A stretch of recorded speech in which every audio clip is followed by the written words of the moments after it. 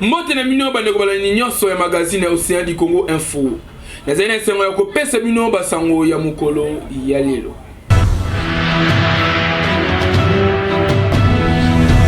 Chika to fonga ba sango ya mukolo lelo na explosion munene o esalma ki bongo na lemba. Wapi camion citerne be bongo ko exposer pe etumi banda.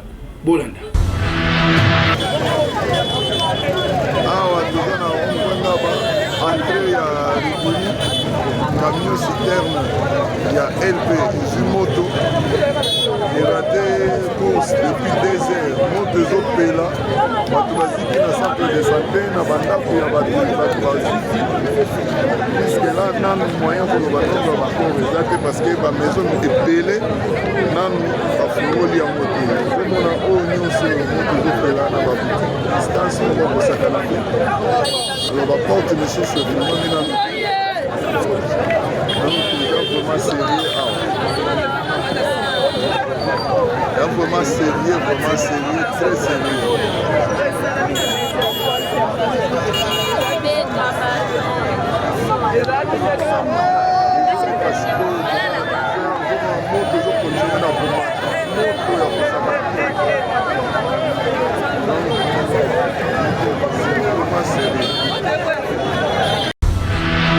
Toke ne bongo na maniema wabi mbula ya monene ba bongo ko beta pe esali ba dégâts population eleli bolanda.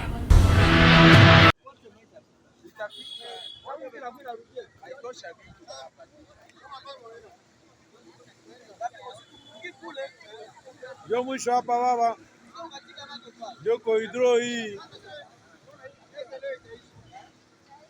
Biko napenda tubavote tu. Mungini iko na kufa biko naona.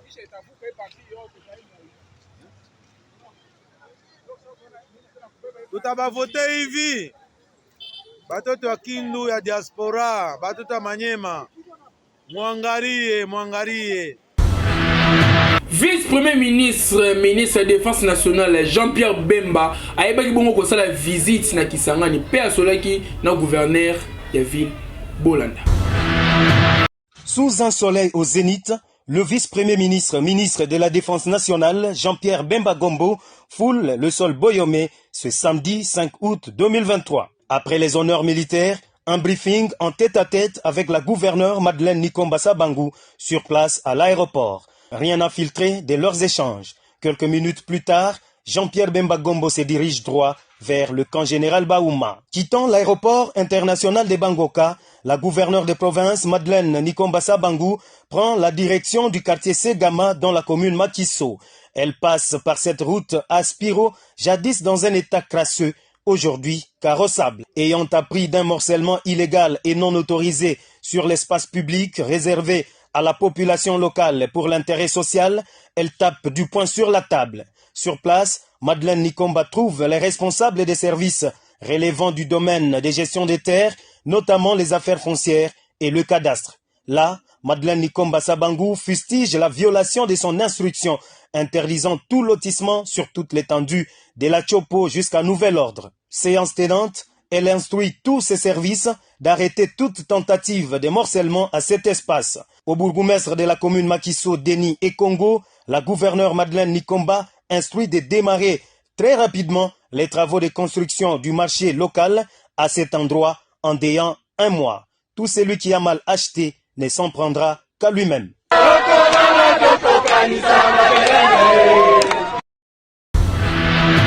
Bainge Kitu Ivan yazali bongo inspecteur ougandais na compte ya CAF. Aïbe mon ko sala visite d'inspection na stade de Marcy pour un match rencontre RDC Soudan na compte ya 6e journée ya éliminatoire ya CAN 2024. Bolanda. Bolanda ba kombo ya 10 partis politiques oyo ko kisi bongo nombre ya candidature ya ba député national.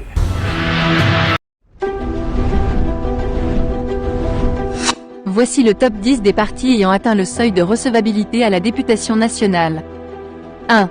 MLC, nombre des candidats, 473 soit 98%. 2. UDPS, Tshisekedi, nombre des candidats, 459 soit 95%.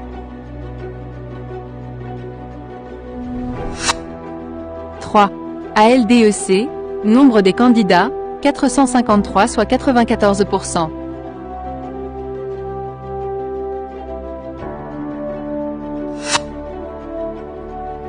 4.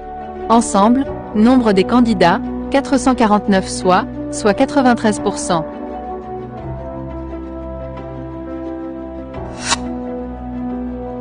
5. LGD, nombre des candidats, 383 soit 80%.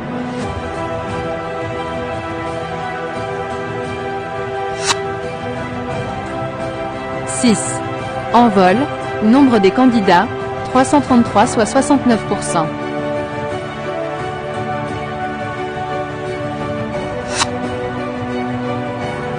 7. Nous.L, nombre des candidats, 301 soit 63%.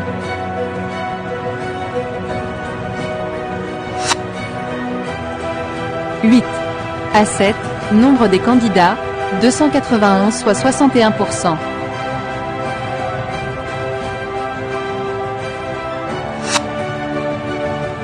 9. AC Congo RDC, nombre des candidats, 291 soit 61%.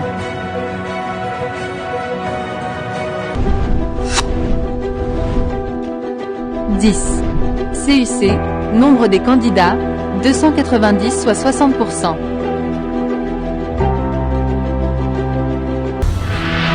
Madame Meneli Lubuma, oyo bongo moko ya ba cadre ya parti Unification Nationaliste, ayebe bongo kosola na bandeko na ye ya Yolo Bolanda.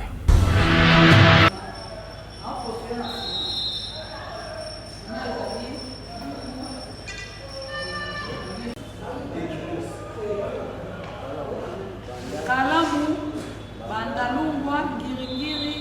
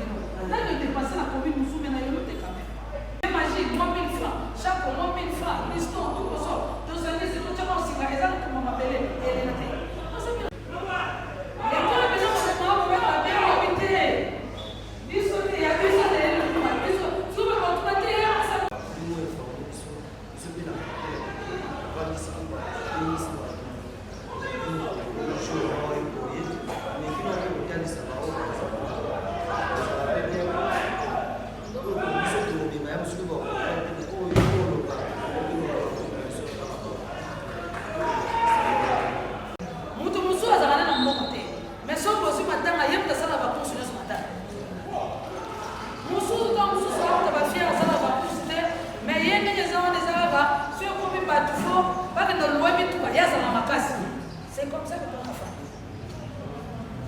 Il y a quoi faire. Parce que pour lui, ma carte à souper, pas ma personne déjà bâche. Donc, nous avons qu'elle est juste. La première des choses à faire, c'est d'abord ça. Montrez votre identité. Là, il y a un bateau à parler. Bateau à parler, parce que vous commencez à pouvoir être. Mais ça, va vous voyez, vous n'avez pas le parler.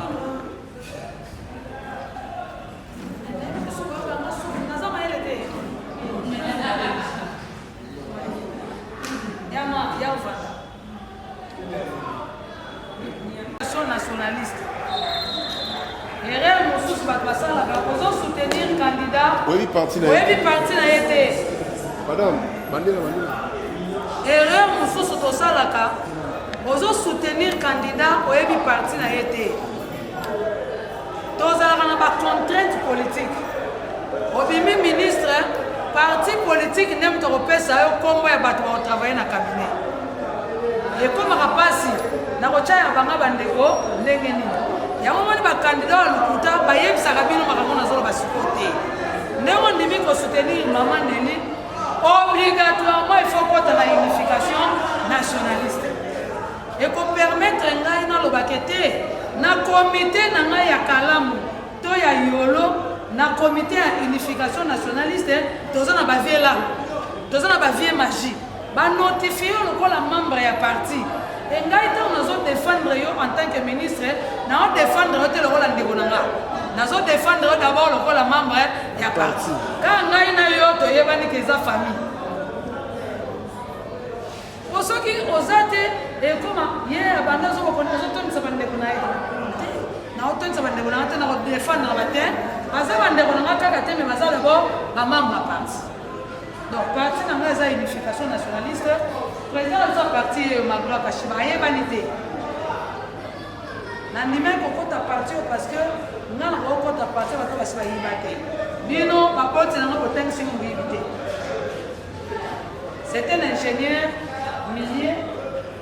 Azan a un moment, il faut aller voir le baga. Habite au côté de ma caméra pour être cause de son ami. Donc, il s'appelle Magloire Kashiba, le président du parti. Maman s'est présentée secrétaire national, Naï Nazalipe, secrétaire national, en charge de la stratégie, nous sommes partis dans le Congo. Donc, attends, nous sommes dans le loi là-bas. Soit il y a l'activité, il faut que nous ayons ça, si vous avez exploité, vous tout dans le donc, si vous avez la marche, vous avez des flèches, vous avez donc, on a la partie. Maman Monique Azali, secrétaire national, en charge de la solidarité sociale. Oh matanga, oh batbadindaki, oh batbasaki les amzana.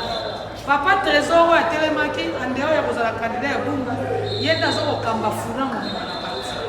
Donc ma nyonso ba commune nyonso les 7 communes ya funa yenda zo kamba. Donc so zo ndeko na selimba. Esa ya numéro, zo numéro na. Vous avez ndeko na makala, zo déjà numéro Trésor. Vous avez ndeko na ngiringi, zo déjà numéro na ye, po yenda yebi ba candidat ba membre nyonso ya parti. On a des réunions, mais hier, à la droit, le parti PCA a organisé une réunion à parti, on a parti, puis on a maman de trésor à Sawana. Secrétaire général de Michel, Batuming va ébier. So bon, on est à la peine ma caméra, ça yolo mingi. Azak ngambe boy moulay pembe na tambola mingi. Bato ba mona activité mingi za matanga azala nangai, azala mingi Michel Bof. Donc, parti à Moana, au moment opportun dans la réunion, vous devrez adhérer les partis, vous avez ma fiche d'adhésion, parti est que pile, vous avez membre du parti, nous avons un à comporter. Maman, le bien là, on souffre. Toi, il y a un pays au Nini. Vous avez soutenu, oui, chaque fois ça, le ban est soutenu, on va pas laisser les boulangeries. Il y a le ban, on va faire un peu de 14h, on va faire ça, on va école, on va faire boulangerie, on va continuer ma parole. On a une ambition à mon voilà. Directeur général, il y a agence congolaise des grands travaux. Il y a visité Misala, il y a route Nzolama, Bolanda. Lancée en octobre 2022 pour être achevée au mois de mai 2024, la route Nzolana, au rythme des travaux qui s'y constatent actuellement, pourrait être livrée bien plus tôt que prévu. C'est parmi les enseignements à tirer de la visite du directeur général de l'Agence congolaise des grands travaux, effectuée ce 4 août 2023 en compagnie des parties prenantes, dont l'entreprise Cisco et son sous-traitant Crequit. Guidé par la mission de contrôle de la CGT, Nico Nzaounzaou, qu'accompagnait certains collaborateurs, a parcouru toute cette route qui va de la route Matadi à hauteur de l'Université pédagogique nationale, en passant par les quartiers Maloueka et Sangamamba pour y sortir sur l'avenue Mamayemo dans le quartier Kintsuka. L'ensemble fait 8,5 km. Le directeur général renseigne que toutes les contraintes qui pesaient sur ce projet sont en train d'être levées et l'asphaltage est pour bientôt. Déjà, la mise en œuvre des différentes sous-couches est en cours, dont la couche de fondation en grave concassé 0,60. Pour lui, ce sera un très grand cadeau qu'aura fait le président de la République, Félix-Antoine Tshisekedi Tshilombo, à la population de cette partie de Kinshasa, qui pourra désormais se mouvoir plus allègrement. Nous sommes dans une zone très habitée. Alors, il y avait une petite route ici, à peu près de 6 mètres. Et maintenant, nous emmenons la route avec un gabarit à peu près de 14 mètres. Donc vous comprenez que nous étions obligés de pouvoir exproprier déjà pour pouvoir amener la route à une certaine dimension de réhabilitation et de modernisation. Donc, de 6 mètres, vous passez à 14, c'est 8 mètres qu'il fallait trouver. Et ces 8 mètres, eh ben, ça coûte de l'argent. C'est les maisons des gens, c'est des écoles.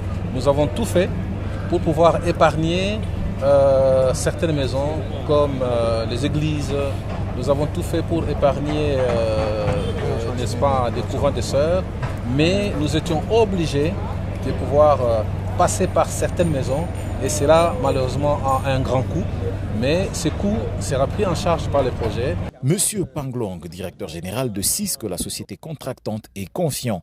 Pour lui, la fin des travaux interviendra effectivement plus tôt que prévu. Si le problème d'expropriation ça peut régler et achever avant le 15 septembre, là, on va ajouter le personnel, les engins et ajouter les machines pour accélérer l'exécution des travaux pour qu'on puisse achever le projet à la fin de décembre. Ce projet traverse une zone accidentée présentant beaucoup d'érosion. À travers ces deux composantes, à savoir la lutte anti-érosive le long de la route, ainsi que la réhabilitation et la modernisation des avenues, aura comme finalité d'améliorer la fluidité du trafic dans la zone. Honorable Papi Madezo, le bon gosso, naba membre ya parti na pour la likambeteli panafricanisme Bolanda. Expliquer panafricaniste. Ils sont des panafricanistes parce que tu ne peux pas défendre une cause sans l'être. C'est-à-dire qu'on est d'abord panafricaniste avant d'être chambre. On ne peut pas défendre une cause sans déjà l'être. Et pour l'émancipation de la femme, on va défendre la cause à moins que on a l'OPD, on a le voilà. Biso ba bibali ba mbega biso ba homme charré. Basi ba gogo bati basi ya liputa. Donc tu dois être d'abord femme avant wana bitumba wana. Bon. Nani de korangai de père et de mère et ça peut-être mutudate et ça comme ça parce que asali effort atia ngona contexte. Aliana no babeyo nubia wango mkamjini hapa mjini. Deja kuna na bado panda na wombo kuna tie. Pour bandegi ni jamba kutakio za na wombo je. Donc déjà côté kuna omega ko attirer attention na. En fait pona likamode kolobela awa ezali structuré. Mais ce qui la likina kota mukena mo makambo. Yango la kapatma tezo la zamu tumongo emo na zakakanda. Na zakakanda pourquoi soko tali belge tant belge atikibiso na 56 000 km de route. Mobutu asalaka 5 000. Le président Kabila a mené de 5 000 à 23 000 km. Quand je parle de ça, donc place Kabila et Goleka. Ma place Moussoutou, belge à 300 là. Oui, bah, ok. Moutou que Bada ou ta Kishasa Vewe et Ken Moubashi. Mais les noms évoqués de Moussoutou. Et j'ai toujours dit, dans le Congo central, nous avons 5600 km de route à compétence provinciale. Et 1 km de route en terre bâtie, dans la machine, c'est $2 000 le kilomètre. Et donc, une machine, où ils allaient bien la SICA, a une capacité à vous dans les 12 heures, 15 km, donc 15 km par 12 heures. C'est pour dire, si vous avez un bon manager, c'est là maintenant je vais corrélation entre le management et le panafricanisme. Vous avez un bon manager, il y a une identité, il y a un tombeau et développement. Nous aurons besoin de 11 200 000 $ pour relier tous les villages au chef-lieu de secteur, tous les chefs-lieux de secteur au chef-lieu des territoires, tous les chefs-lieux des territoires au chef-lieu de la province du Congo central. 11 200 000 $. Or, la province du Congo central, toutes les recettes de la province du Congo central, c'est plus ou moins 6 800 000 $ le mois.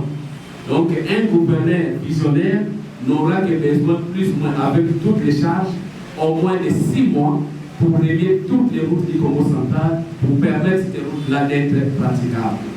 Alors, l'honorable Papi Madezo, qu'est-ce que tu dois faire? Madezo, comme député, n'a que 3 missions. Légiférer, donc voter des lois, contrôler mais aussi représenter le peuple.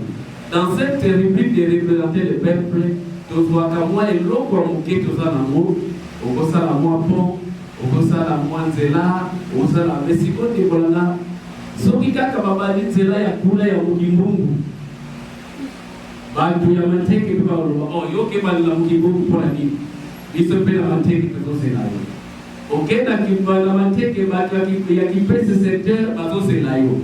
C'est pour dire il est très difficile pour un député ya kosala makambo nyonso wana. Mais un député, c'est pourquoi j'ai toujours dit la population doit changer. Ce qui doit souffrir, c'est par notre propre volonté. Hier, les gens ont volé, les gens ont détourné. Mais, ils sont dans la cité de l'Ouakani.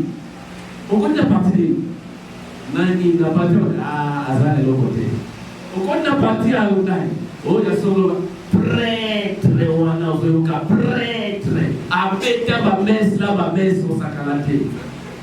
Mais, prêtre, on a, papa n'a pas vu que bon côté, ateka ilo bon côté, alors on a fait bon côté. Sauf qu'on y a non, na 1997, groupe bakandaka na Laurent Désiré Kabila, bango wana, baïsa bango, sauf que c'est un avion, oyo yibaki. Donc qui prête déjà Laurent Désiré Kabila à Kangakaï. Donc Yesusu, c'est pour vous dire, le peuple a besoin de choisir des personnes clairvoyantes. Oh, il a beau changer et devenir naïf. Mais sinon, vous allez commencer à demander à maman la nourriture, alors que vous voyez que maman a fait mon côté, il y a pas de pas papa. Donc vous demandez à maman ça la guinouma. Parce que papa a dit qu'il m'a de l'autre côté, mais vous avez exigé maman au moyen soso. Mais au moins, papa, vous dites les canailles à qui. Mais pourquoi papa t'a envoyé, il y a la négociation à mon bali, fils, pèse à verre, on a. Papa, il y a un coin. Il y a un tomber la moi vers Ao.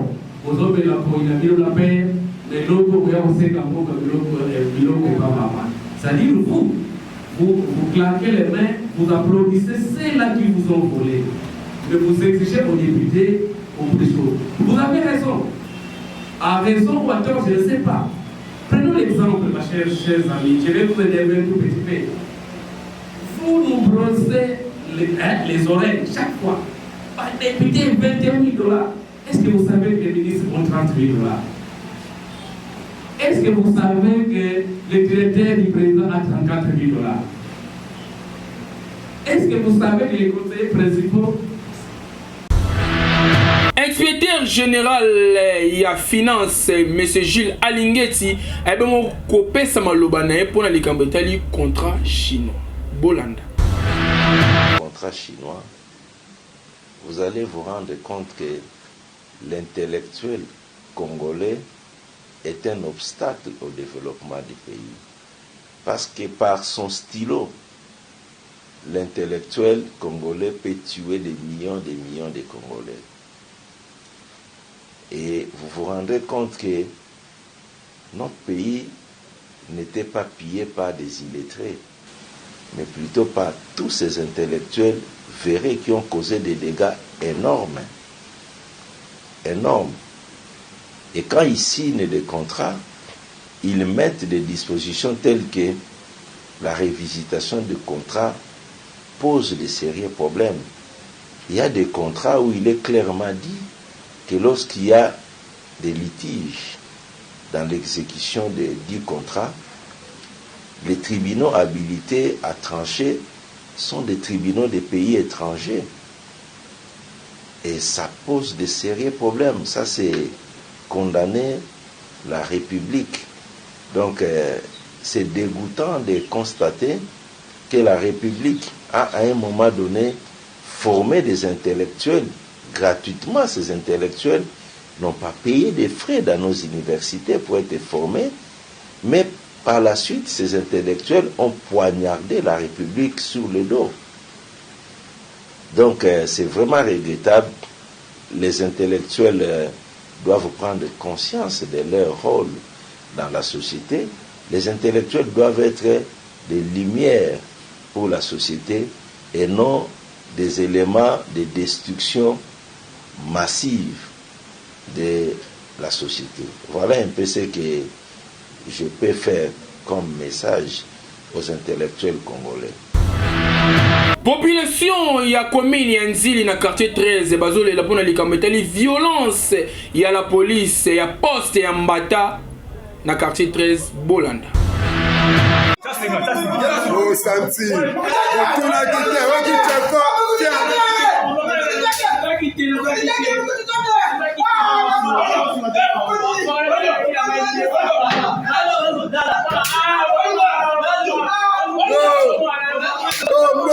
maestro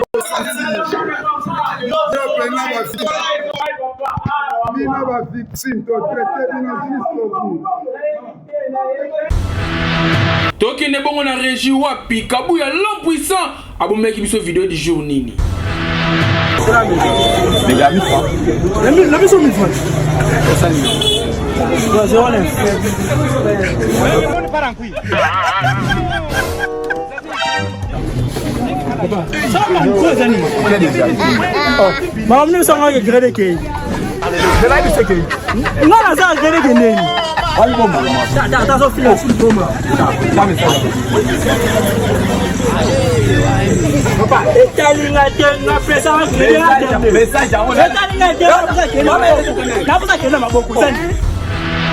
Awande tosukisi basango na biso ya mokolo ya lelo soki édition le rima lam bo pesa merci na sima ya caméra wa pesi mmeke pa ya l'impuissant Kabuya na montage ya Gloire Ngoma na coordination maman Océane a coordonné ki biso ngayo bino na tiki bino tokutani lobby.